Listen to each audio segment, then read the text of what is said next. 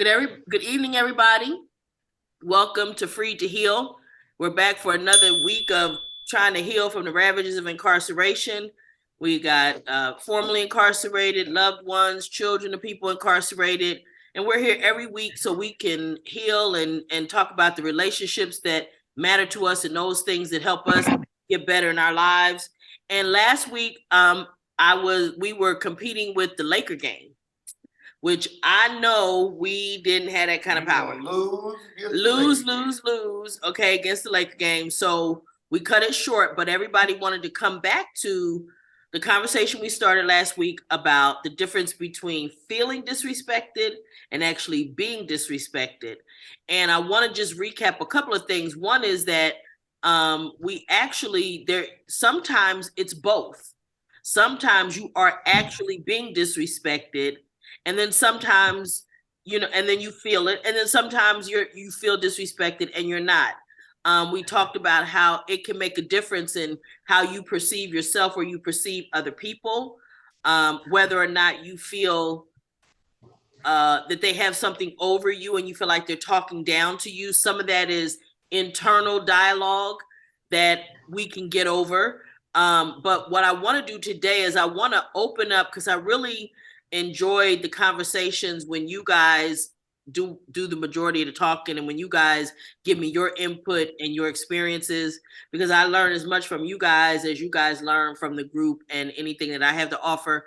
So what I want to do is I want to start by opening it up to everybody, and I want to ask a question. If you have an instance, if you can give me an instance where you felt like you were being disrespected and discovered that maybe not so, or where you were being disrespected and what you did in that moment.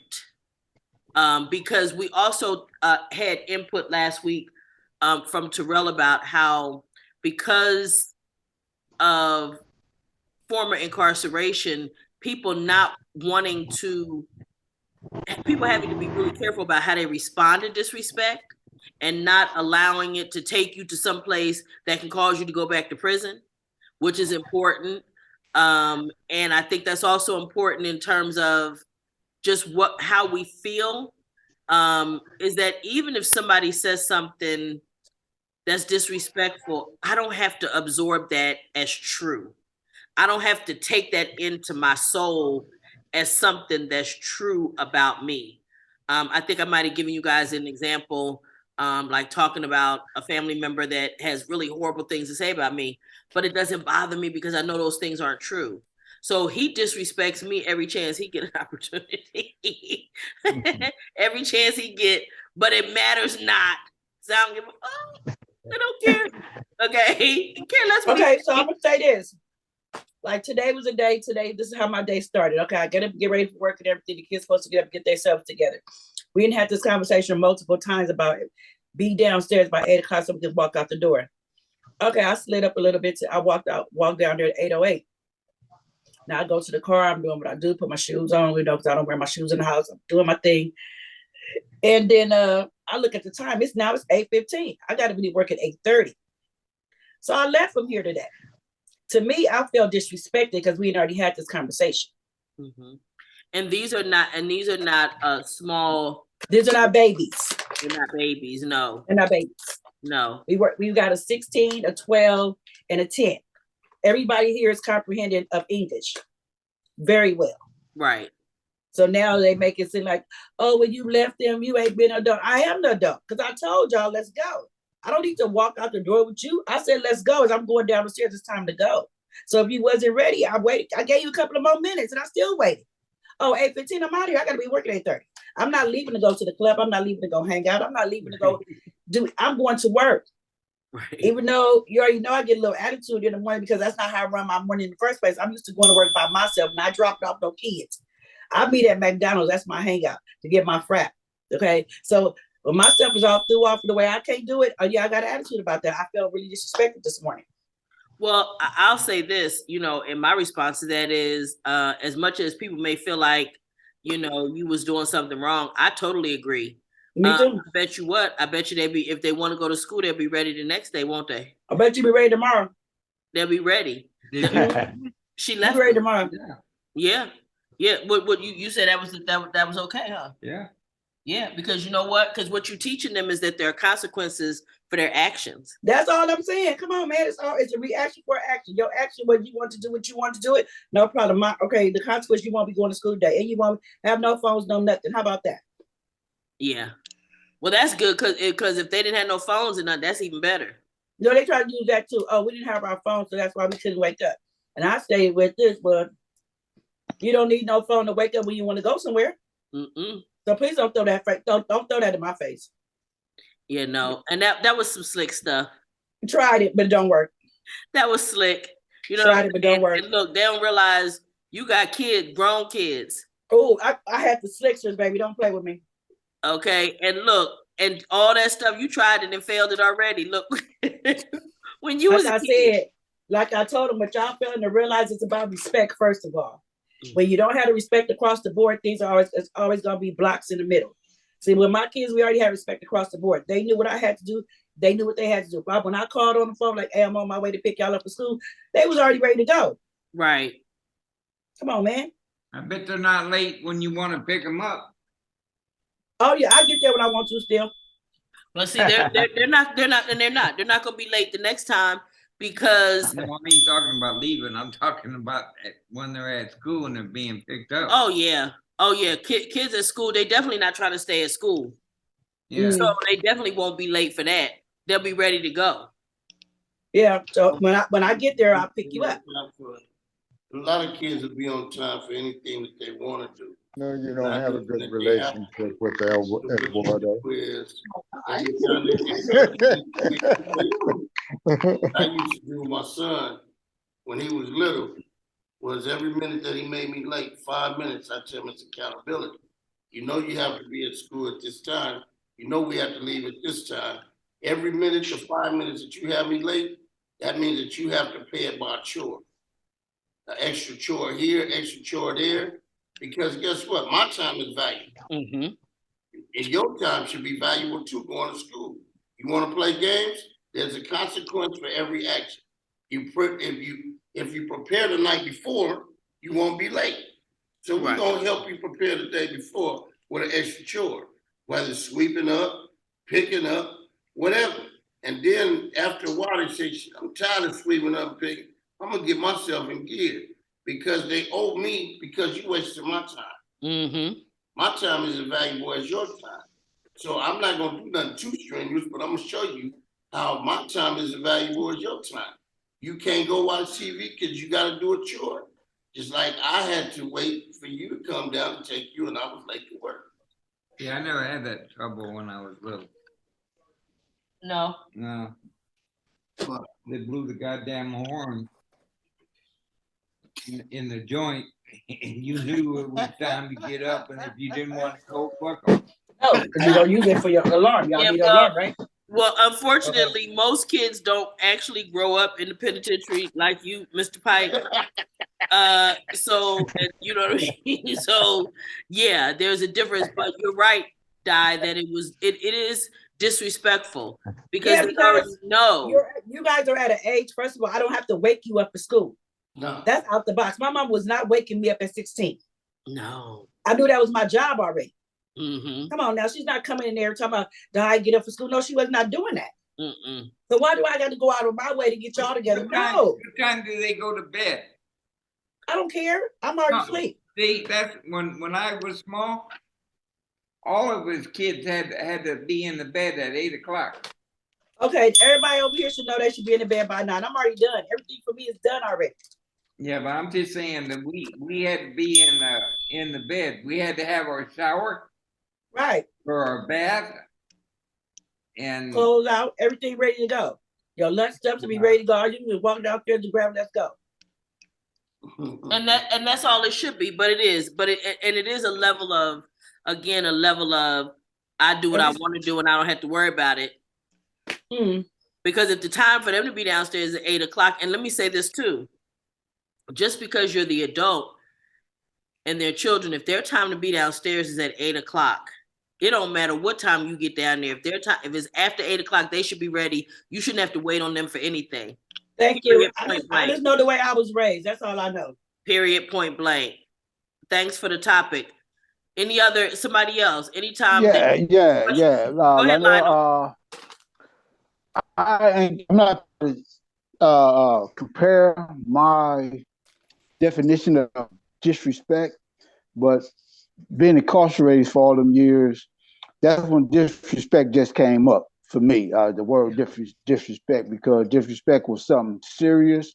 Disrespect when someone say another group of people or another race disrespect him, that would cause serious violence. It was like it was more than one person, because it's like that person who said someone disrespect him, now it's a whole group of people about to get involved in something serious about to happen, stabbing and all this type of stuff. So when someone say disrespect, I see it as it's going to be like a race war or a gang war within the prison, because everybody took it very seriously. And with me, as long as no one put their hands on me, that's not a disrespect to me. Now, as far as someone telling me that they're going to meet me somewhere, or they promised me something, or they should do something, to me, that's not a disrespect. That's someone who can't keep their word. And so when they say disrespect to me is a word of action, a word of belittling the next person. Because, like I said, when in prison someone said this guy disrespected me, there's consequences behind that person saying someone disrespect, because them words lead to violence, automatic violence. Because now, if a person say I disrespect him, that person has to do something to me, or his people going to do something because of the seriousness of that word being different. I feel disrespect. So therefore, I don't use personally use a word if someone disrespect me, because if they disrespect me, now it goes to violence and like, or apologize. I ran across people who say person looked at him, just looked at it, they said, I feel disrespected by you, you know. And some missing or some missing, I feel he did it, I feel disrespected.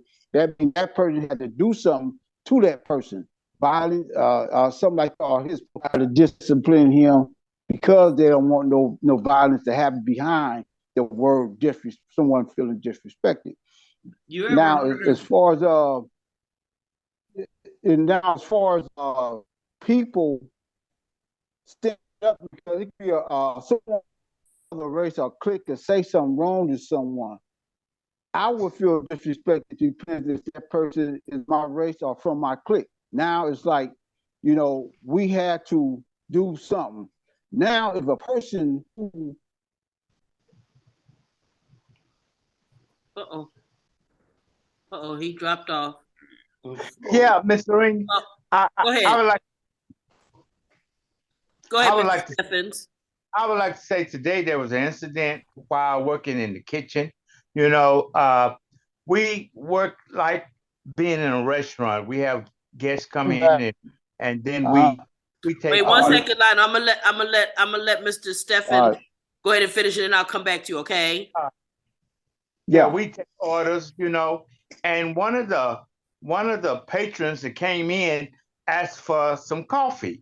So the professor told them to get coffee. We have a coffee room where all they had to do was get a pitcher, go over to the coffee room and get some coffee and then come serve the customer. But what they did was they went and got some brew coffee, and that takes time to make. And so the professor got really upset, and she stormed out of the dining room cursing and talking about they never get it done. And she said some real bad words. But I could understand the heat in the moment because she told them what to do.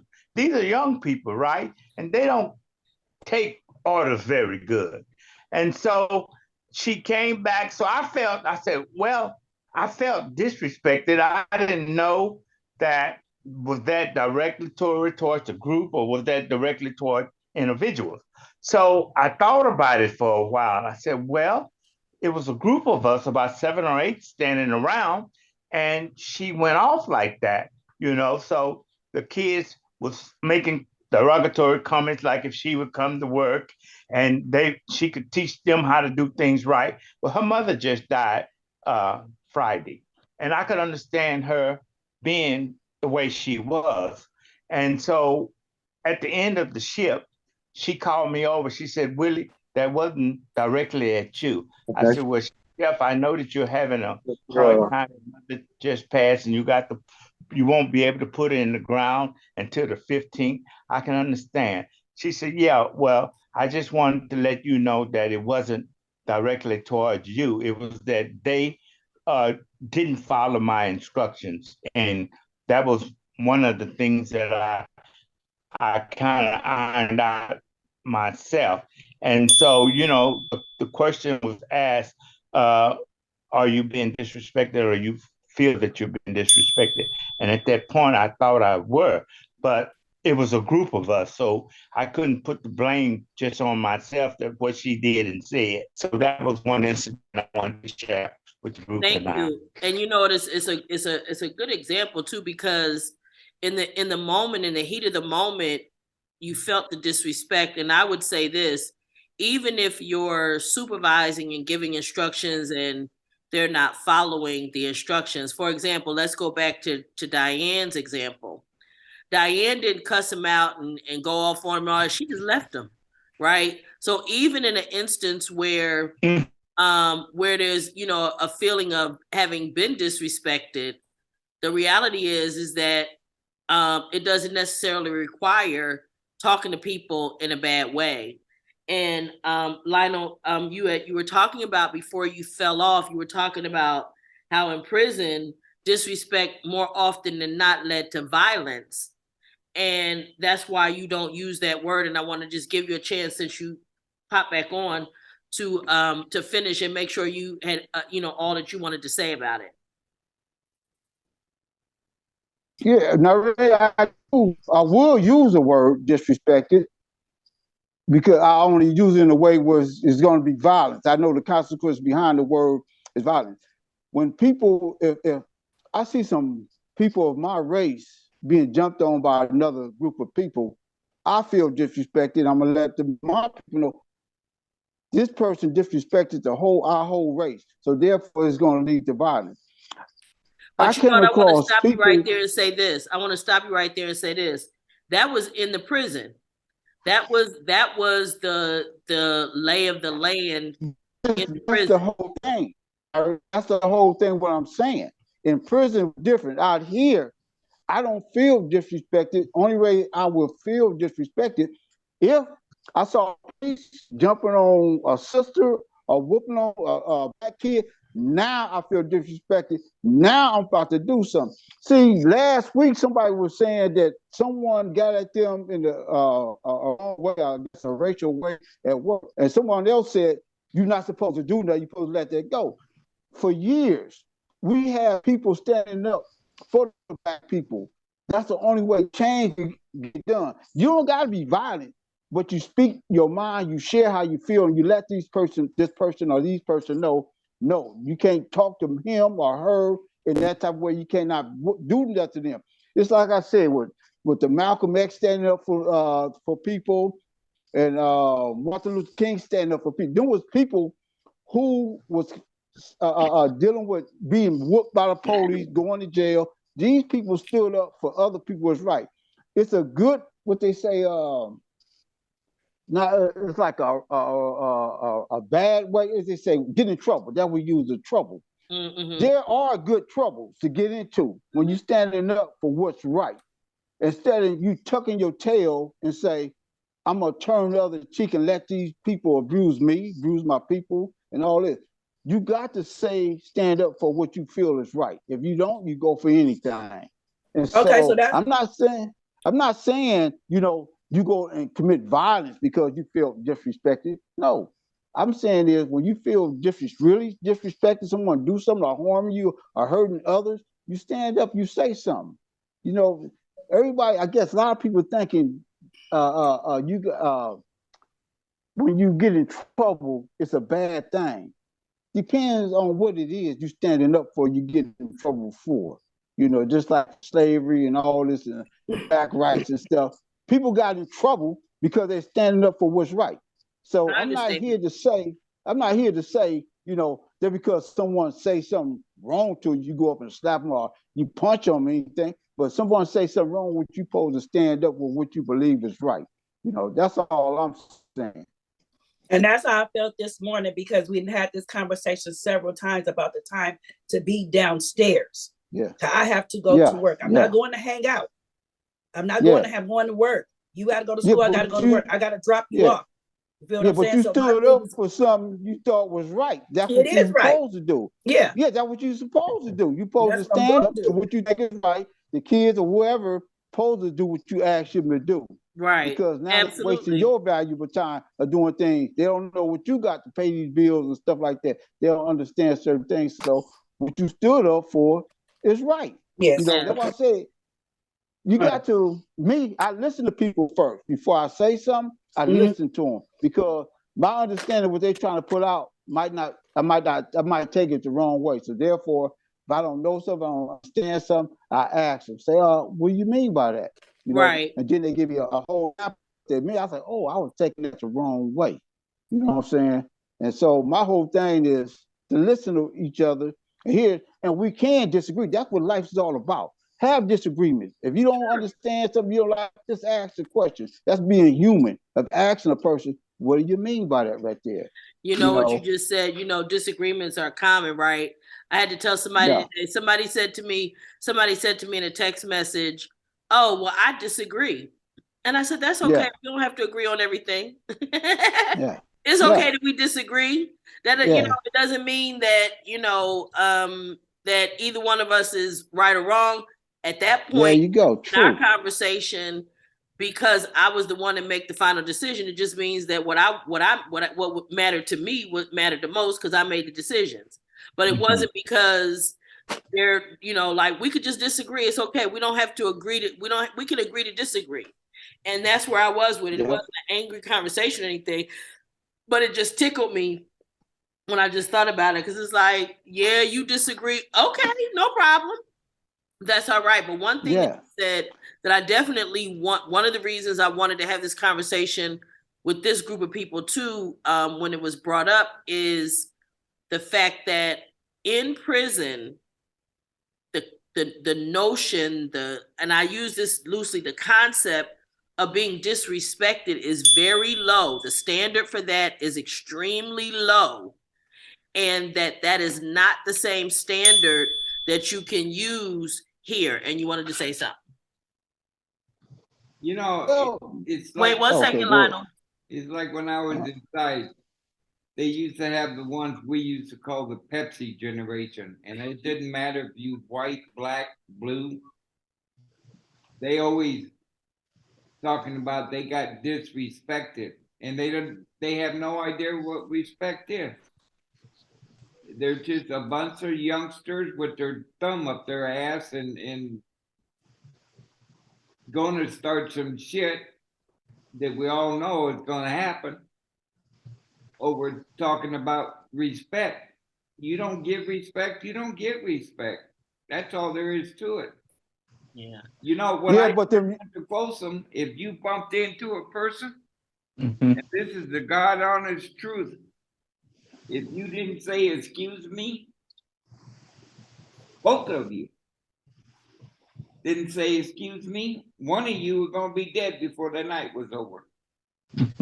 And that's the truth. And the thing about that, a lot of older dudes didn't teach the young dudes, and that's why they were doing what they're doing. And it's like, as far as that disrespect go, if I seen someone part of my clique go do something to someone else, that person be disrespecting me, because now he causing harm to me, causing harm for my freedom and stuff like that. And so therefore, I would get at that person. The other dudes ain't got to get at him. I'm gonna get at that person. Like, no, you disrespecting me now because you finna cause a wreck up in here between these groups and stuff. So therefore, I teaches them. I talk to them. I don't yell at them or anything. I pull them to the side and I let them know that things what could happen. behind their action.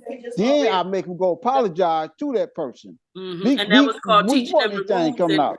And teaching them the rules and making sure they understood the politics and understood the things that they could potentially be causing by their actions. And again, that was necessary due to the environment that you were in. All of those things applied. But on the streets, it's just a totally different level of what people consider to be disrespectful and how that happens. And if you guys remember, if you were tuned in last week, we talked about it in the workplace. And that is a totally different thing. There are things, so as the person in my company, I am literally at the top of the food chain. So no, you're not. Huh? No, you're not. No, you're not. Don't do that. Don't do that. See, you play too much. You always start with me. Don't do that. Hey, trust me, she Don't is. do that. Don't do that. Don't do that. You always start with me. Don't do that.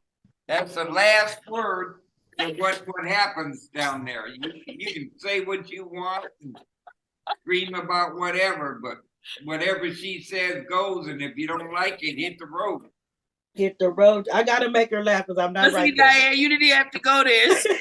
I had to. You my sister. I love you and I miss you. I had to. I had to. I couldn't let it go. But this is the thing, right? So I'm done.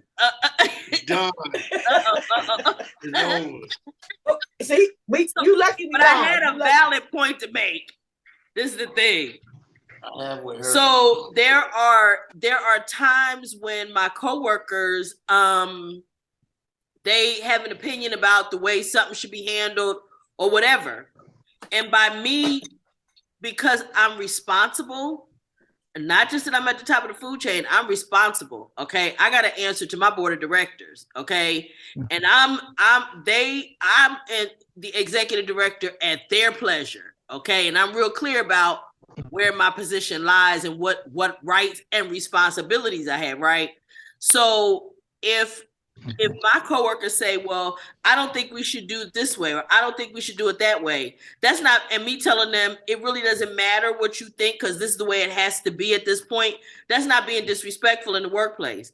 That's just stating it is. And normally what happens, it's because I have in my position more information than they have, or I've been doing it longer than they have, and I have lived through the experience. I'll give you one example for one thing as an example. So one of my coworkers, she says, Noreen, I think it would be a good idea for us to buy a carpet cleaning machine so that we don't have to call carpet cleaning companies when we have vacancies. We could just go in and clean the carpet ourselves. And I said to her, that is a great idea. The issue is that we did that very early on. And what would happen is I spent so much money replacing them because people would break them. And nobody ever knew how they got broken. Nobody ever knew, oh, I don't know, it was working the last time. Oh, I don't know, or we let a tenant use it and it was working when I turned it back in and but so it's easier, it's more cost efficient for us to actually just rent a carpet machine at the time and take it back. And right, because it's just not cost effective. Right, exactly. So at the end of the day, while it's a good idea, now she could have felt like I was just poo-pooing her idea. But at the end of the day, it didn't matter because again, I had more information than she had. I knew we had already thought about that more than 20 years ago, and it failed. So it wasn't that there was any disrespect there or anything like that, but sometimes in the workplace, people feel disrespected because their ideas are not implemented. What they think it should be or how it could go is not implemented, and they think that is a thing. What are you pointing at? When I say it, it should go that way. Well, don't let nobody tell you no different. If I ain't pushing this train, it ain't going nowhere. Pray for us. Pray for us over here. Pray. Go ahead. Come on, cause I want to make sure they can hear you through the microphone, baby. Okay, so to add to that, it's again, like you said, it may have been more cost effective, but because you have been through that process, it was not cost efficient. Right. And there's a difference in the two, and you have that prerequisite knowledge to know, and the other person doesn't. Oftentimes, people will give ideas and in good spirit, but feel disrespected because they feel their idea wasn't taken into consideration. And like you said, they don't have all of the information and not know. The difference in that and what was discussed last week is last week we discussed, or I entered into the conversation of feeling disrespected because of your audience. When you have someone that you perceive or that have made a perception that they are better than you, almost anything they say to you is going to be a problem. If it's someone who has put this air out that I'm better than you because I have a degree or because I have education and you don't, if they say the sun shined today, you're gonna be like, the fuck is that bitch happy about? Right, right, okay, right. so what? But if it's somebody that you have a pure relationship with and they say the sun shines, you're like, yeah, it was a real pretty day. It can sometimes be based upon that. And what I was impressing is if you have that kind of relationship or that kind of feeling where you either feel like that person is intimidating you based on their position, what they put in front of you, then that too can help to bridge the divide on feeling disrespected and being disrespected. Because in your mind, how do you ever feel any respect from that person? Because they've already created this image that, oh, everything they say is supposed to be golden throne and they're supposed to be godlike, and you're just supposed to take everything they say into consideration. And I think that is where I talked about classism. Mm-hmm. And that is where, that person is constantly putting themselves in front of you instead of being, appropriately being there with you in that moment. They always want to be in front of you or be ahead of you. And that creates a very big divide of non-salaried and salaried, or non-exempt. Yes. And exempt. It doesn't matter, non-exempt or exempt. We all shit the same. That's right. We all bleed the same. Right. We all leave in here the same. And we have to learn how to, position ourselves based on how we feel about ourselves and not how the other person is making us feel or how we feel about that other person. And I'm the expert at that because I sit in the room with people with heavy degrees, masters, going to school 24/7 or what have you. I had my education working in my job, and I also had the education of hard knocks of life. And those have significant weight in some of the things that we do, especially in the jobs that we're doing that associate back to, the formerly incarcerated. You don't have to have a doctorate or a PhD to understand what's going on. And quite frankly, some of those doctorates or PhDs are hindrances. So disconnected from what is the real issue, what is the real problem, what's the relatability. And so I just bring that up because classism is real. It's real in jobs. It's very real amongst races. Mm-hmm. I'm a Black educated woman. I speak well, and I've gotten this degree, and I'm so much better than you because when I was getting my degree, you spent your time in the penitentiary. I don't give a shit. Right. All I care about is what you can do, how we can do it together. Can we come together? And I implore you to have that attitude of what you bring to the table, because nobody else, none of us here in this room and on this call bring anything less than the next other person. That's right. And what I have to offer is, if I can cook, I tell you, I can cook like nobody's business, but I can't sew nothing. And if you give me a cactus, I'll kill it. So I know my strengths and I know my weaknesses. Right. So I don't allow someone else to come in and tell me what my weaknesses and strengths are. I've identified them for myself, and I know how to highlight my strengths. I'll shove a piece of cake in your mouth before you begin to talk about my weaknesses. But that's me, and it comes in time. Everybody's got to get to that point, but understanding, you know, the formerly incarcerated have an even harder time because they're constantly having that little niche or that little knot on their back. But classism is very real. It is. I've experienced multitudes of classism within the Black community in my employment. Mm-hmm. At Oh, yeah. AT&T, I can almost tell you, with 33 years of employment, I probably experienced 30 years of classism from Black people. Yeah. So it's very real. It is. And the thing about it is that, LaTanya, I saw that you had your hand up, and there's one, but, and I'm going to come right to you, LaTanya, but the one thing that I want to say I think is really important is this, is I've experienced it a lot of times when people have been formerly incarcerated, that they carry a shame about that, and then they always take low, well, because I've been incarcerated. Like I had a tenant, and she needed some things repaired in her apartment, and the staff wasn't doing it right. And I'm saying, well, why haven't you said anything? Well, I just don't want to make no waves. You know, I'm just glad to have a place. I said, no, sweetie. No. You pay your rent every month. You pay the same rent that everybody else pay. Whatever the rent is, that's the agreement, and you pay the rent. You're entitled to have your unit serviced like everybody else. But it's something that I've heard from multiple people who have been incarcerated. Oh, I'm just not trying to make no waves. Miss me with that. No, that's some BS, because you deserve to be treated. If you're in a position, if you have the job, if you've been hired or you rented the apartment and you're living up to your end of it, you deserve to be treated with the same respect and dignity that everybody else does. And the reality is, I worked for some of the top lawyers in this country as a young woman, very top lawyers everywhere. And some of them were not very smart. Okay, some of them I used to just rewrite their stuff and give it to them, or say, put a note on it and go, you might want to reread this sentence right here. And every time I would do it, it would come back different. I gotta go. LaTanya, did you have something you wanted to say?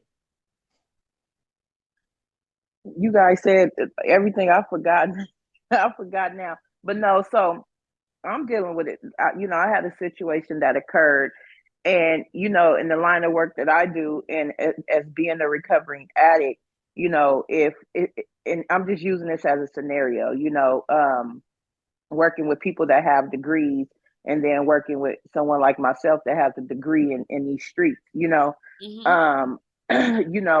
If someone comes in and they looking in the air, and their mouth is moving a certain way, or they have this certain type of behavior, and I know it's I work with this person every single day, and I know that they're not being their self. And if I come to my coworker and say that I think this person needs to be tested, because I am a recovering addict, I feel like that should be taken into consideration, because I see something, I can sense that. And just because I don't have a degree, it doesn't mean that, I don't know what I'm talking about. And, dealing with people that do have degrees, sometimes I feel, and this can just be me personally, but it's just, the way, this certain person act, or her response is like, you don't know what you're talking about, or that, because I didn't go to school for 6 and 7 years, that my information is not accurate and hers is the better way, Well, what?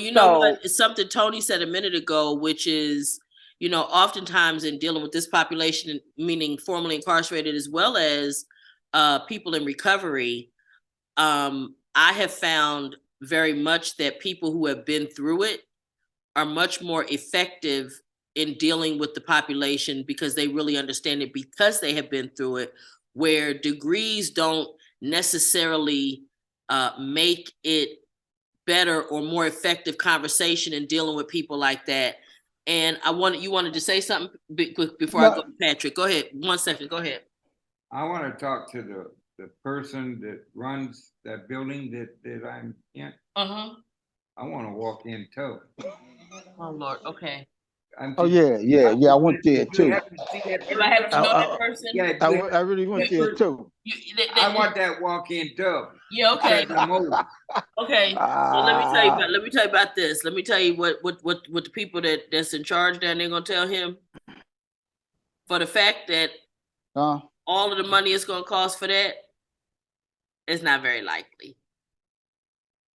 I'm gonna talk to the people, but I'm gonna register your complaint with the management.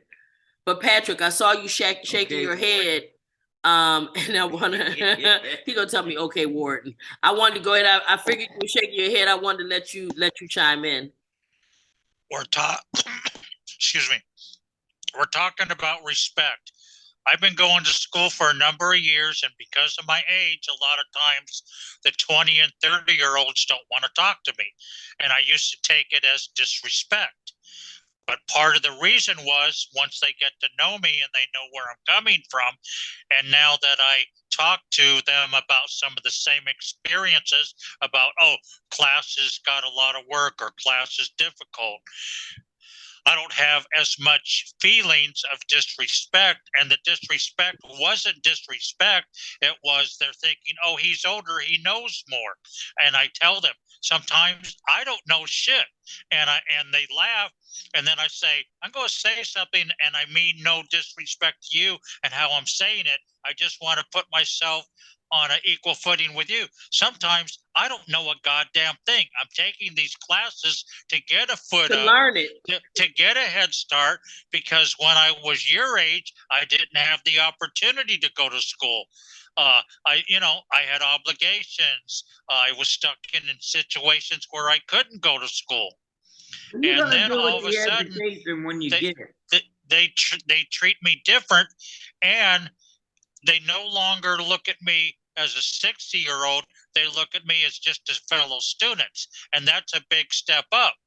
But every semester it starts out like that, and it's like that in society.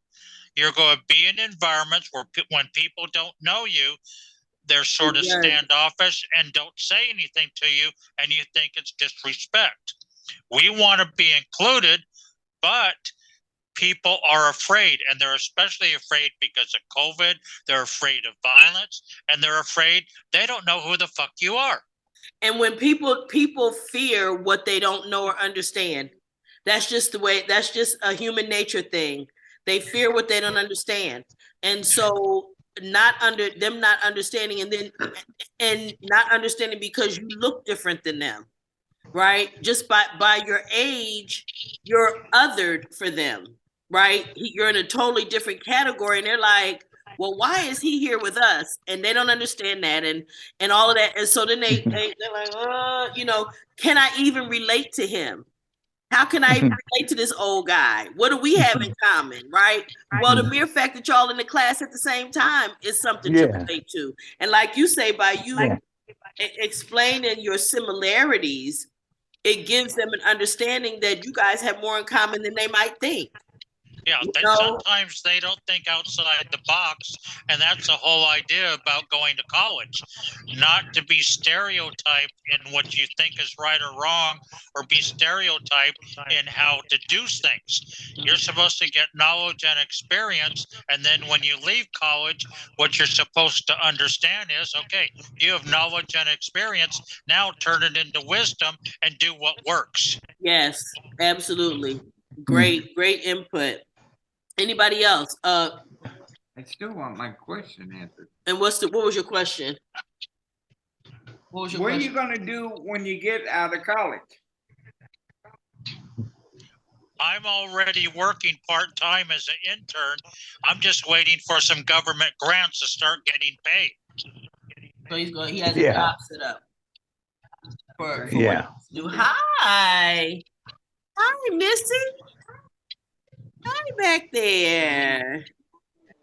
Yay, hey. So that's good. So Mr. Stephens, did you want to say something, or I wasn't sure, but go ahead. I was just wanting to say, when Mr. Bradley was talking, that's reach one, teach one, and experience is everything. The longer you live, the more wise and experienced you be. And so when we in situations like Petra and I am in, we have to stop and think about the alpha generation. The alpha generation is very smart. They just don't have the experience. And so, with wisdom comes time, and with time comes understanding. So as we go, we get a little bit of both, So we have to stop and look at the baby. Look at the alpha generation and say, hey, they just need the experience.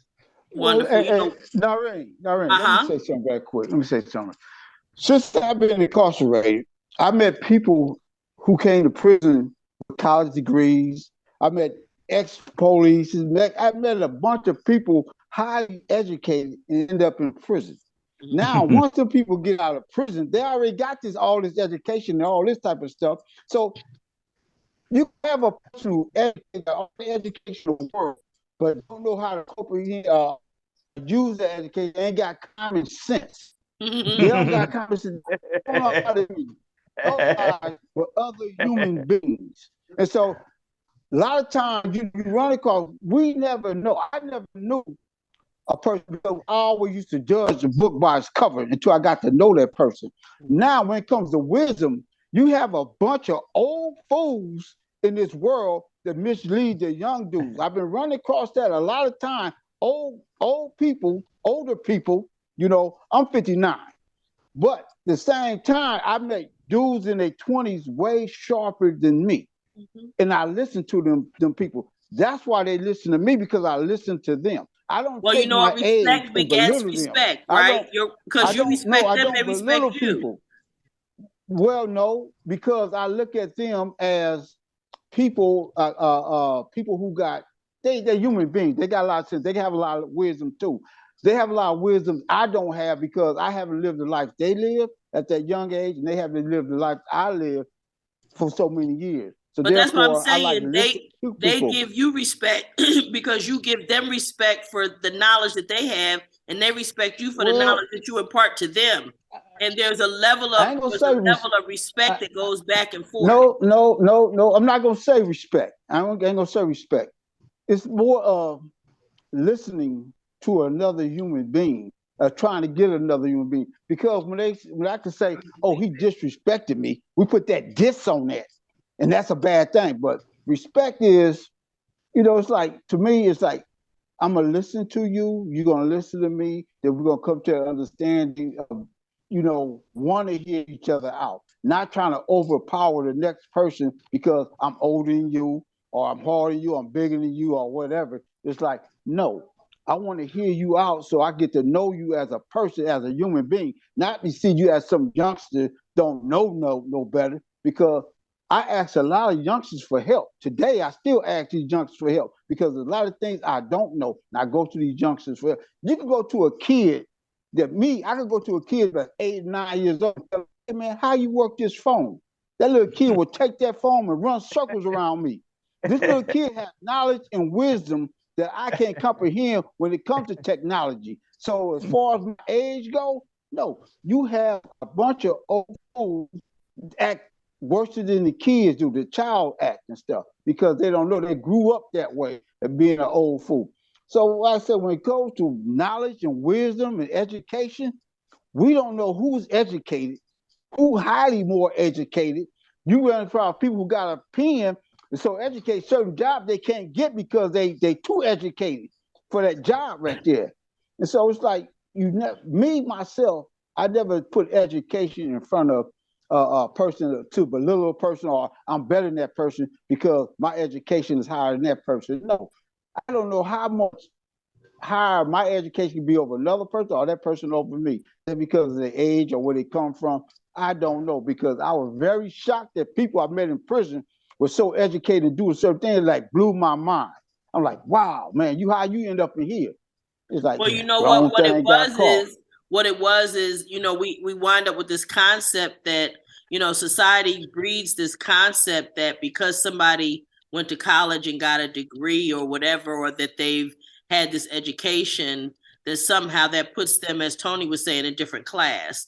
And it doesn't. All it means is that they were able to pass the test and they were able to follow instructions enough to give feedback, the information that the instructors needed to say that they have a command of a particular topic. But it doesn't mean, like you said, that you have common sense or wisdom that you can put in there. But I will tell you that when you give somebody the floor and you listen to them and you take into consideration what you say, that is respecting them. No matter how you cut that, that is respect. Respect for that person. You treat them as that they're deserving of you listening to them. That is a form of respect, Mr. Bradley, no matter how you cut it. So I can understand what the definition that you may be using, but really when it's like I was telling somebody that my son, even as an infant, I understood him to have the same spirit in him that I have in me. And so even as an infant, I treated him and I would talk to him like he had that. I didn't assume that he didn't know or he couldn't comprehend what I was saying just because he was little. So there's a certain level of, and again, that is respect. I respected what was in him. And so I treated him that way. But I want to give, it's already 10 after 7, and I want to give folks an opportunity. Kit, I know you've been on here tonight, and if you can unmute, work on unmute so I can hear from you tonight, okay? And then Mr. Hall, I'm going to ask you to go ahead and give me some thoughts and comments. Mr. Hall? Nobody wants to. Yeah. Go ahead. Is Kit coming in or what? No, I was telling him to go ahead and start working on it, and I'm gonna let you go ahead and talk, because you know it may take him a minute.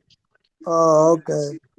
Yeah, this talking about respect and how people perceive it, it's a really good topic because I mean, for a lot of us that went to prison, it was because we felt that we was disrespected.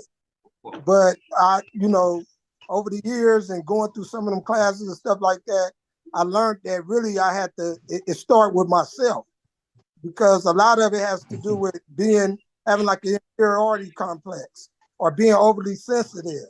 Yeah. So anytime somebody says something, I'm taking it as, they being disrespectful towards me. And a lot of times, some of the things that the people are doing, even some of them that's really being disrespectful, is because of issues that they have. So sometimes you have to like look at it like, well, this person might be dealing with something, and so let me show some love to this person. Let me listen to this person. Let me try to figure out where this person is coming from. And for me now, it's all about like controlling myself, controlling my own emotions, and just trying to make the best decision in whatever situation it is. But yes, you do have to stand up for yourself. Yes. Sometimes when things are going on, you do have to stand up, but it's a way to do that too. It's a way to do it where, you make the other person feel a little more comfortable or whatever. So, Absolutely. But this is a very good topic though. Thank you. I appreciate that. Yeah. Mr. Jones, haven't heard from you this evening. Well, for me, Mr. Hall, he captured my sentiments, because I'm like, he in my head with what he just said. Because for me, I hope you're charging him rent. But for me, it started off, Noreen, if you only really knew what was in his head. But I'm gonna let that go right there. Wow. That's a whole nother topic, ain't it, Mr. Hall? Look. Yeah. But for me, I feel like I was taught what disrespect was for me, meaning when I joined the gang. They dictated what disrespect was. Right. But as time went on, and like Mr. Hall said, it had to do for me with feeling disrespected by a person, by me feeling belittled by somebody. You know what I mean? And that's where that personal feeling of disrespect came for me, outside of the gang thing. Disrespecting the neighborhood or whatever it is that I felt obligated to respond to that kind of stuff. But like he said, that's why I said he was in my head. But it's like he said, as far as going to these groups and building my own personal self worth and self esteem. It's hard to disrespect me Yeah. because when somebody says something, it's a reflective. For me, I think we too close to each other. But for me, um, it's like a person. It's a reflection on them for me. So I have more patience. Like he, that's why I said our sentiments is somewhat the same because I have more patience with the other person because I don't take things personal because I don't. You're not talking to me. I don't take it personal because I don't think that fits me. What you're talking about. It ain't me. You ain't talking about It me. right. So it's more to me. It's more reflect.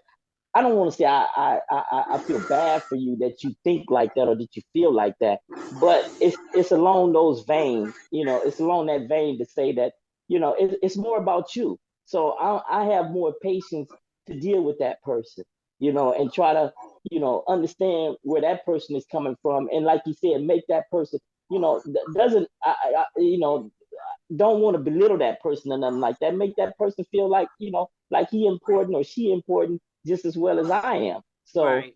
it goes back to me saying, it's hard to disrespect me because I don't. One thing I learned in prison going to them groups was a thing called reframing. So it's reframing your perspective on things. If somebody bump into me, it's like, oh, excuse me, my bad. I wasn't watching where I was going. You know what I'm saying? So I just don't take it personal no more. I mean, somebody can disrespect you and really make it personal, and then I guess I'll shift or deal with it then. At that You time, know, yeah. but for the most part, I just feel like it's difficult to disrespect me because I don't take it personal because I don't think that's a reflection of me. And you know Now that what? my I really do understand. I really right, do because you know what? I have to care enough about your opinion in yeah, order for me to even take it in enough to feel disrespected by you. And yeah, I don't value, it's hard to get into that place where I value right, what your opinion of me is for me right, to that feel part. one way respected or disrespected. That Because again, that's not a reflection of me. Just because that's your opinion, you entitled to that and go ahead yeah, and have it. And that's more a reflection of what you feel about you than how you feel about me, even. So, right, and that's exactly. from the four agreements. That's from the four Uh-huh. agreements. And that has saved my life. It has caused me to live a much less stressful life because I don't take it personal. Right. I just don't take it personal. So I'm gonna come to you in a minute, but I want to get Well, through. Miss Maureen, I Yes, have a question. I have a question for you. yes. For me, I was taught two ways.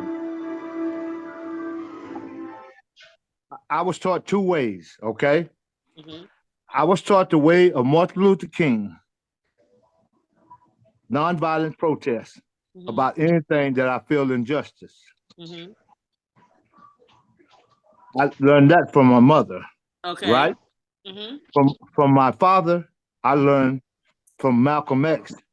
By any means necessary, stop whatever bothering you. Stop whatever injustice is being done. Okay. Stand up for what you believe in 100% and be willing to die for that. Okay. Okay? Now, I tried my very best to live under Martin Luther King's theory until I am disrespected. And once I am disrespected, I switch immediately to Malcolm X. And Okay. now coming home to the streets, I know that you can't do that anymore. The things that you learn in the penitentiary, you have to forget about all that now because these people don't live by the same rules. The things on the streets now are different. They do not understand respect. Okay? And that's just point blank. So if you want to live in this society that we live in out here on the streets, you must look past your fellow man or your fellow woman and live within yourself. And remember one thing: only you can get upset. You cannot let nobody else get you upset. And walk away at all costs. So what I want to say, Kid, is we talked about it earlier about the difference between what the bar is for disrespect inside versus what it is outside. And that's why I said standards. you got Yes, you got to and that's leave. what I hear you saying is that You got to leave that alone.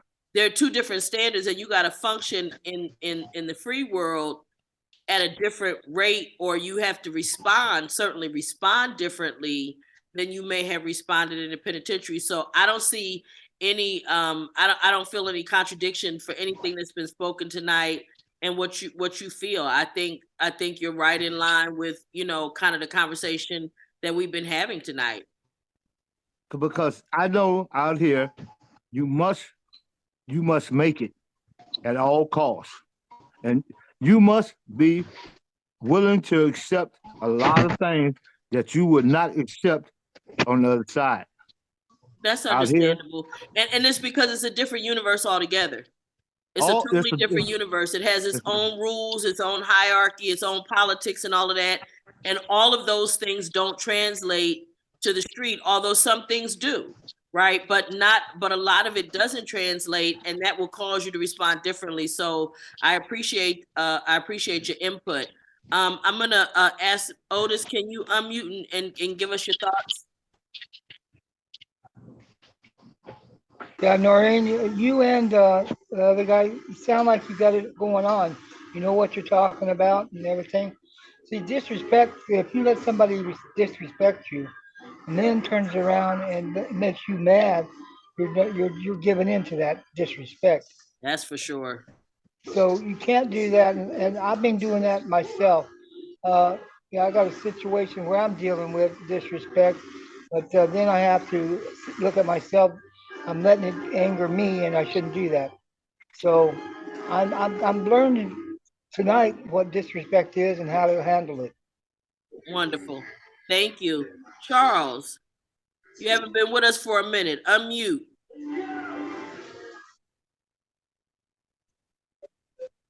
So talk to me. Any of your thoughts? You have conducted a cauldron of knowledge, wisdom, and understanding. Thank you. Wonderful. Thanks for joining us. And Miss Di, are you?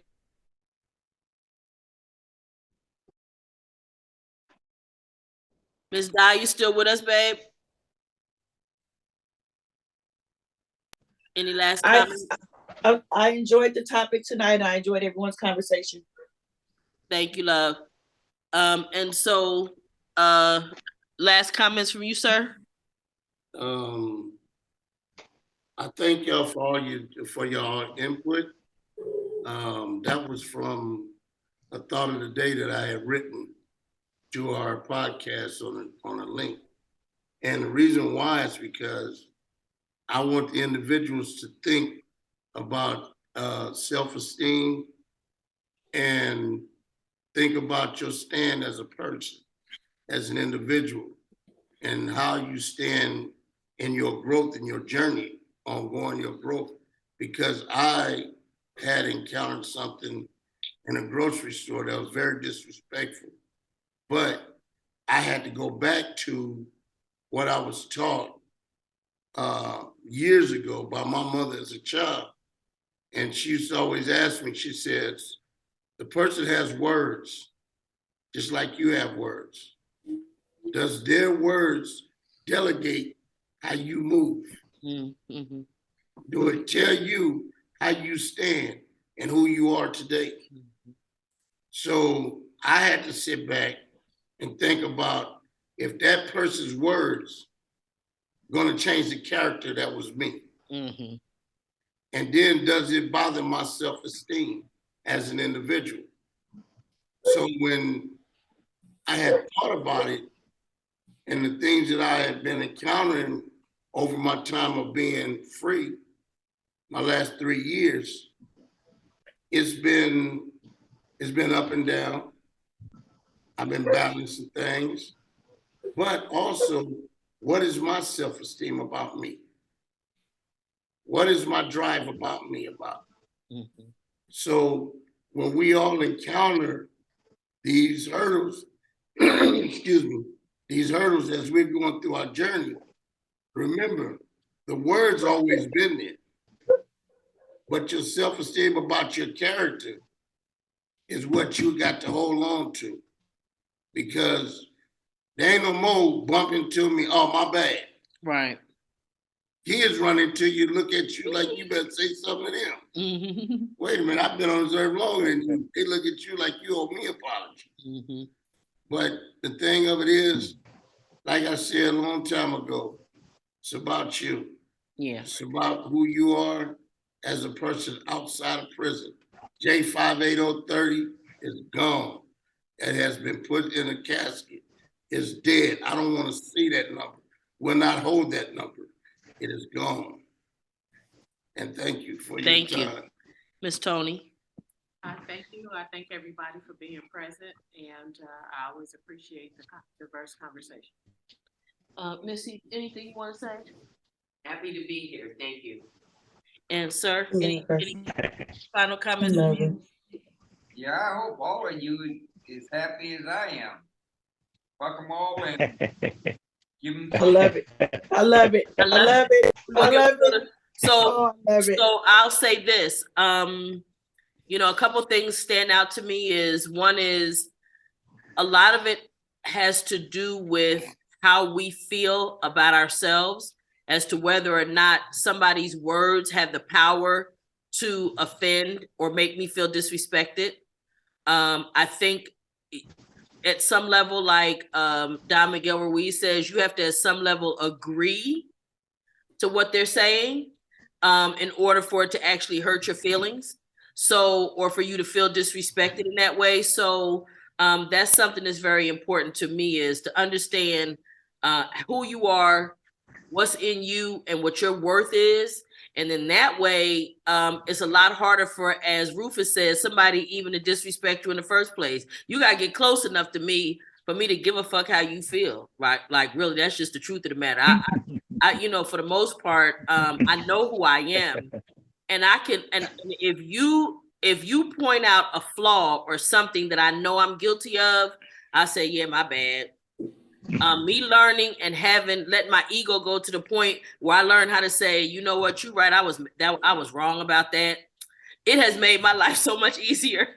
So I don't have to spend time trying to cover up or make up, gaslight you and make excuses and lie and tell another lie to cover.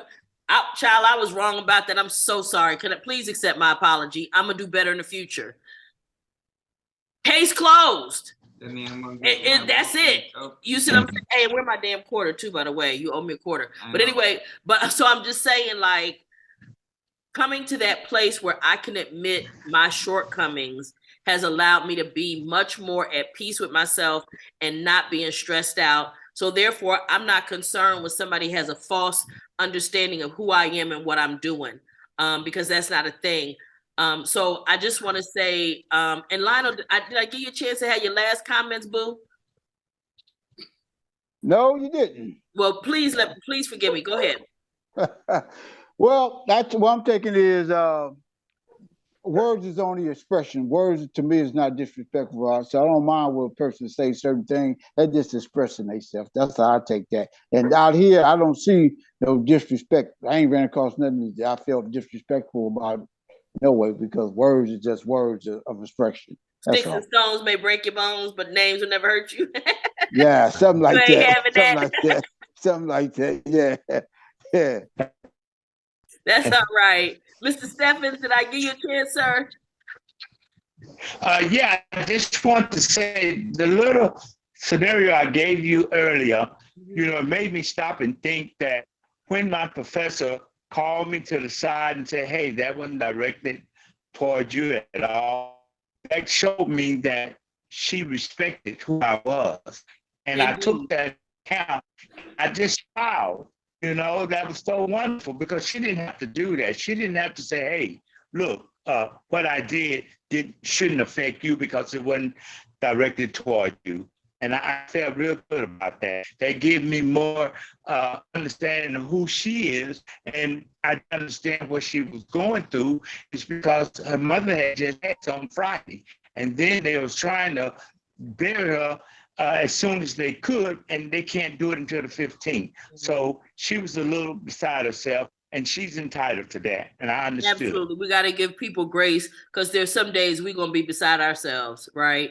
And so it doesn't make sense to just put all that. So I just want to thank everybody for joining us here at Free to Heal. Check us out on YouTube, Facebook, Twitter, Instagram.